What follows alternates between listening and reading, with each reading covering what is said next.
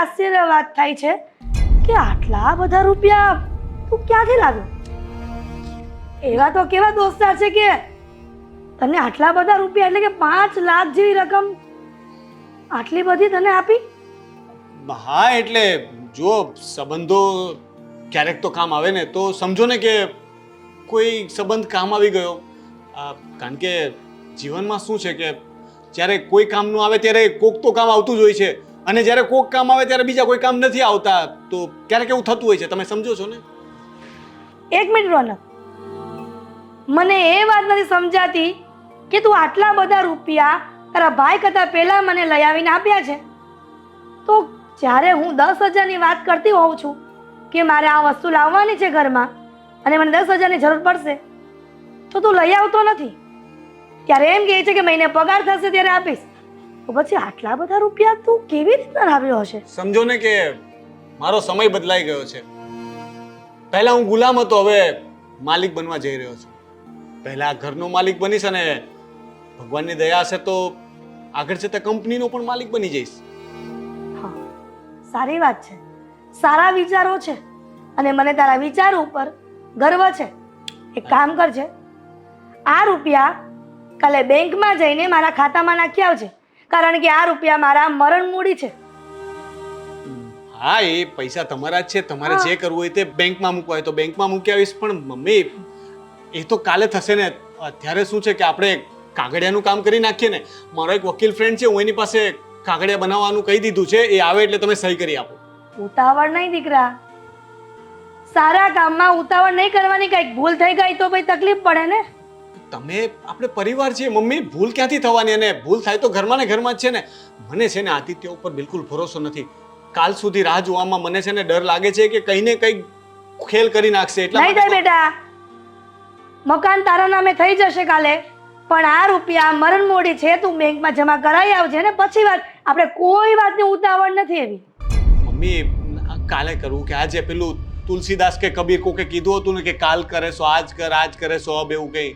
તો પછી કરી નાખો ને. તમારે તો ખાલી સહી જ કરવાની છે. કાગળિયા હું હમણાં રેડી કરાવીને મંગાવી લઉં ને. બહુ ઉતાવળો છે બેટા તું. ઉતાવળ સારી નહીં કીધું ને જીવનમાં. ઉતાવળે પગલાં ભરે ને તો કાંઈક અજુગતું થાય. એટલા માટે મારે કાલ સુધીની રાહ જોવાની છે. એક દિવસ વહેલા નહીં થઈ શકે? નહીં થાય. મારા માટે થઈને આટલું પણ નહીં માનો? નહીં. શું કરશો? કરી તો હું કહી શકું જ નહીં ને. હવે તમે કીધું એમ જ કરવું પડશે, કારણ કે મકાન તો અત્યારે તમારા નામ પર છે. મારા નામ પર થાય પછી હું કદાચ કંઈ કરી શકું, પણ અત્યારે તો કંઈ નહીં કરી શકું. હા, એક્ઝેક્ટ પરફેક્ટ બેટા. તું સત્ય વિચારી રહ્યો છે. કાલે રૂપિયા મારા ખાતામાં જમા થશે, મારી બેંકમાં એન્ટ્રી પડશે, પછી હું વકીલ પાસે જઈશ, વકીલ પાસે જઈ અને પછી તારા નામના કાગળિયા બનશે. પણ મમ્મી, તમે કહ્યું ને કે મકાન મારા નામે જ થશે. મેં પહેલા પૈસા લાવીને આપ્યા છે ને, તો તમારે મારું એક કામ કરવાનું છે. શું? જ્યાં સુધી કાગળિયાનું કામ ના પતે ને ત્યાં સુધી આદિને આ વાત નથી કરવાની. બસ મમ્મી, એનું દિલ તૂટી જશે. ગમે તેમ તો આ એનું ઘર છે. હા, હું એને મારી રીતે વાત કરી દઈશ, તમે કાંઈ ન કહેતા પ્લીઝ. વિચારી જશે. ચા.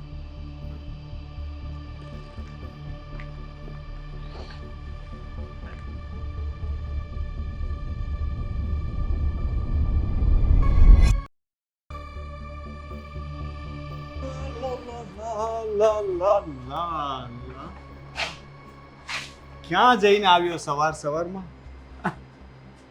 કેમ આવો સવાલ પૂછવો પડશે? ના, એટલે પૂછ્યું એટલા માટે કે શું છે કે આ ઘરમાં થોડો સમય વિતાવી લે, પછી શું છે કે આ ઘરમાં રહેવા તને મળશે નહીં, તો જેટલો સમય છે એટલો સમય વધુ વિતાવી લે ને.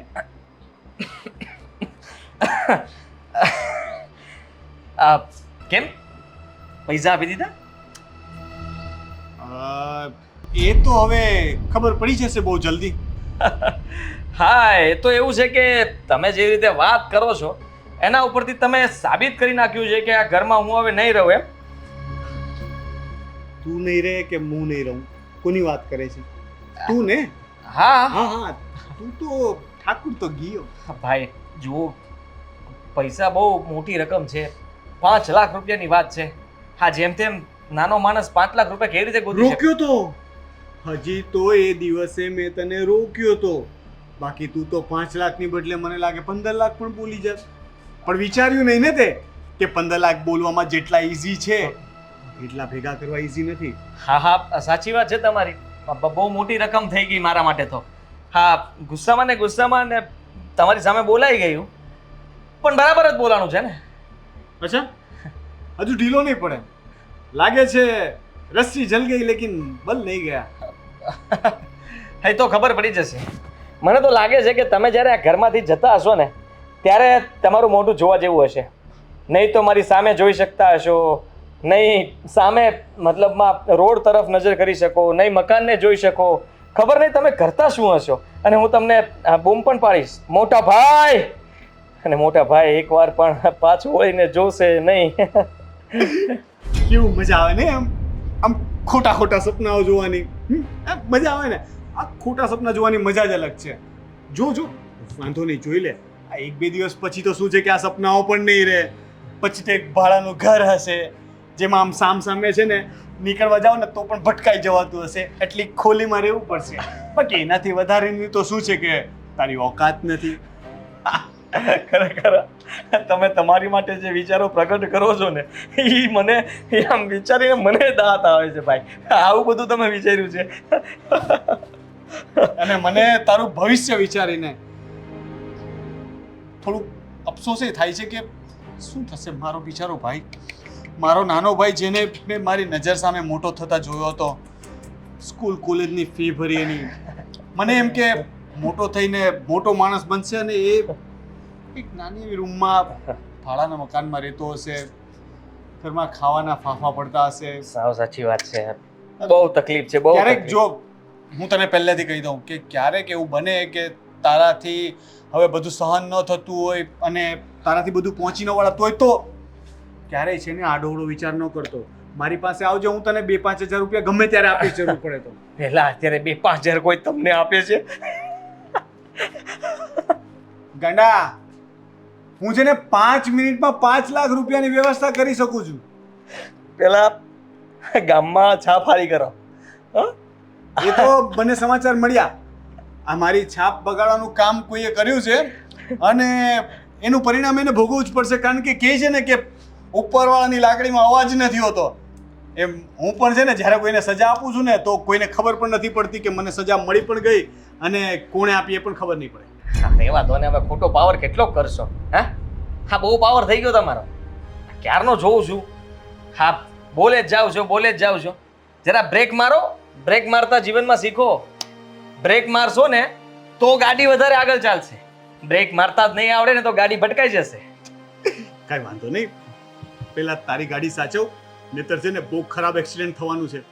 હા ખરા મને તો થાય છે કે હવે તમને હા થતું હશે.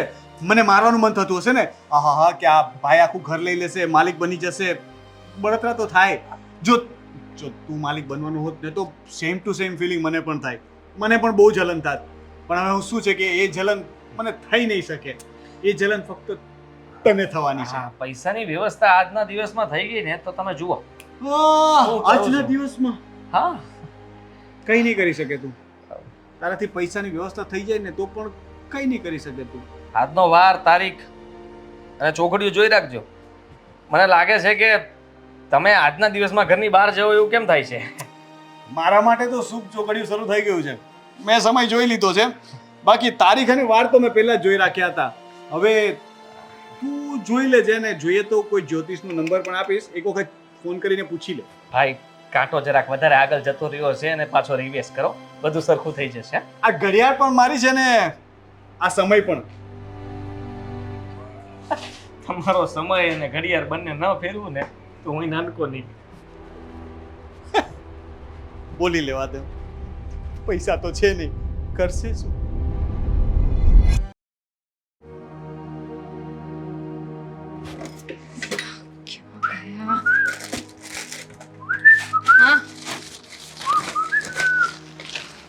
આવે હું આવે પૈસા લાવ ને ફટાફટ મમ્મીએ દઈ આવી. એટલે આમ જો આજને આજ ખેલ ખતામાં મોટો આટલું બોલતો તો ને એના મોઢા ઉપર તાળું ન મારું ને તો તું કે એનો ઘડિયાળનો કાંટો પાછળ લઈ લેવાનો છે આજે ના. લાવ શું કરે? પૈસા ગોત ને પછી તું શાંતિ તારું- રાખો ને.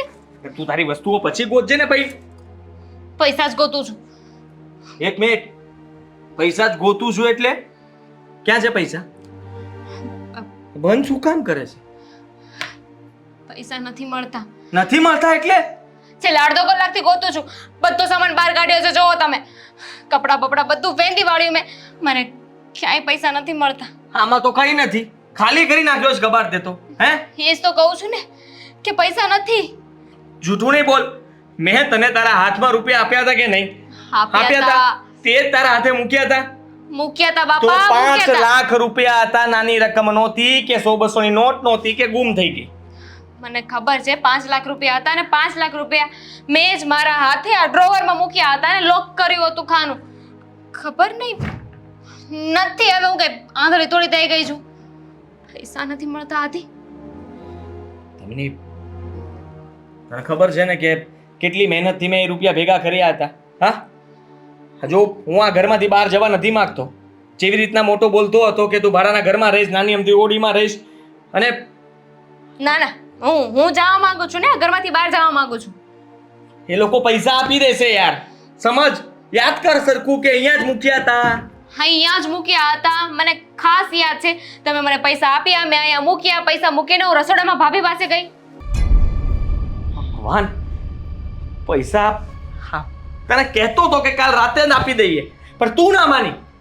કાલ રાતે તું મારી વાત માની ગયો હોત ને તો રૂપિયા આપીને અત્યારે મોટાને ઘરમાંથી બહાર કાઢી મૂક્યા હોત.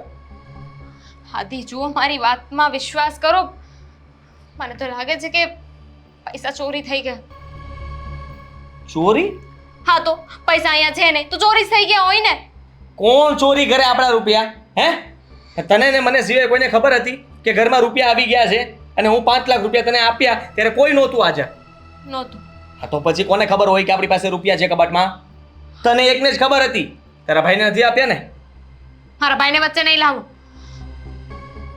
તમે પૈસા આપ્યા ને પછી હું ભાભી સાથે વાત કરતી હતી તો ફ્લોમાં બોલાઈ ગયું હતું કે પૈસા આવી ગયા છે. શું કામ? શું કામ તે આવું કર્યું? મેં તને કહ્યું હતું કે તો પૈસા આપી દેવાના હતા જેથી કરીને સાચવવા ન પડે, અને ઉપરથી તે કહ્યું કે કાલનો દિવસ સારો છે. લે, આ દિવસ સારો છે. દિવસ તો સારો જ છે, પણ તમારા ભાઈની નીતિ નથી સારી. આ તમારા ભાઈ ચોર નીકળશે, મને થોડી ખબર હતી. અરે એ ચોરી શું કામ કરે? હા, એ એવી રીતે વાત કરતો હતો જાણે એને પૈસાનો બંદોબસ્ત કરી લીધો છે. જો આ ભાભીની વાત ઉપરથી છે ને મને લાગતું જ હતું કંઈક તો ગડબડ મને લાગી. અરે પેલા તો મારી સાથે એટલો ઝઘડો કર્યો અને જોર જોરથી વચ્ચે ચોર ચોર બોલવા લાગ્યા. અને પછી હું જ્યારે રસોડામાંથી જાતી હતી તો મને જવા ન દીધી. મને રસોડામાંથી ન જવા દીધી અને મને ઘડી વાર ત્યાં જ ઊભી રાખીને એટલી મીઠી મીઠી વાતો કરવા લાગ્યા તમારા ભાભી. તું મારી બેન છે ને આ ને તે ને કેટલું બોલી ગયા. અને પછી અચાનક મને જવા માટે કહી દીધું. લોક નહોતો માર્યો? લોક મારીને ચાવી અહીંયા જ હતી. વાહ, ખરેખર તમે માલકીન લાયક છો. આજ લાયક છો તમે. રૂપિયા ત્યાં જ મૂકીને ચોરને કહેવાનું કે અહીંયા જ ચાવી મૂકી છે, ચિઠ્ઠી પણ લખતી જવાની કે બીજા ઘરેના એવું જોતું હોય ને તો નીચેના લોકરમાં ખોલજો, અને બેડ નીચે ખોલશો તો બીજા પૈસા મળશે. થોડી મહેનત તો ચોરને કરવા દેવાય ને. બુદ્ધિ વગરની. આ બધું તારા લીધે થયું છે. મારા લીધે કાંઈ નહીં. જઈને તમારા ભાઈને કહો. અને હું રૂમમાં આવીને તો કપડાં પણ અહીંયા બહાર પડ્યા હતા. મેં કપડાં અંદર મૂક્યા હતા તો કપડાં બહાર ક્યાંથી આવ્યા? નક્કી આ છે ને તમારા ભાઈ અને ભાભીની મિલીભગત છે. કારણ કે એ બંને સિવાય ત્યારે ઘરમાં કોઈ હતું એ નહીં બીજું, અને કોઈ આવ્યું નથી ને ગયું એ નથી. હું તો કહું છું છે ને આપણે આખા ઘરની તલાશી લઈએ. કંઈક તો કરવું પડશે ને. 5 લાખ રૂપિયા છે, મહેનતથી મેં ભેગા કર્યા છે, અને આ કાયદેસરનો હક બને છે. મમ્મીએ કીધું તું એ પ્રમાણે કે જે પેલા પૈસા આપે એના નામે હું બધું કરી દઈશ, તો મેં આપ્યા. પણ આ વાત આપણે સાબિત કઈ રીતે કરીશું? હા, ખબર નથી મને કે સાબિત કેવી રીતે કરીશું, પણ મને હવે સમજાતું નથી કે હવે કોને શું કહેવાનું છે. જઈને મમ્મીને વાત કરી દે અને મમ્મીને કહી દે કે મમ્મી મોટે ભાઈએ પૈસા ચોરી કર્યા છે. ચાલ જઈએ અને વાત જાણીએ કે એ લોકો શું કરે છે. હા, જાણી લઈએ. જેમ તમે કહો એમ, હું વચ્ચે કાંઈ નહીં બોલું. 5 લાખ રૂપિયા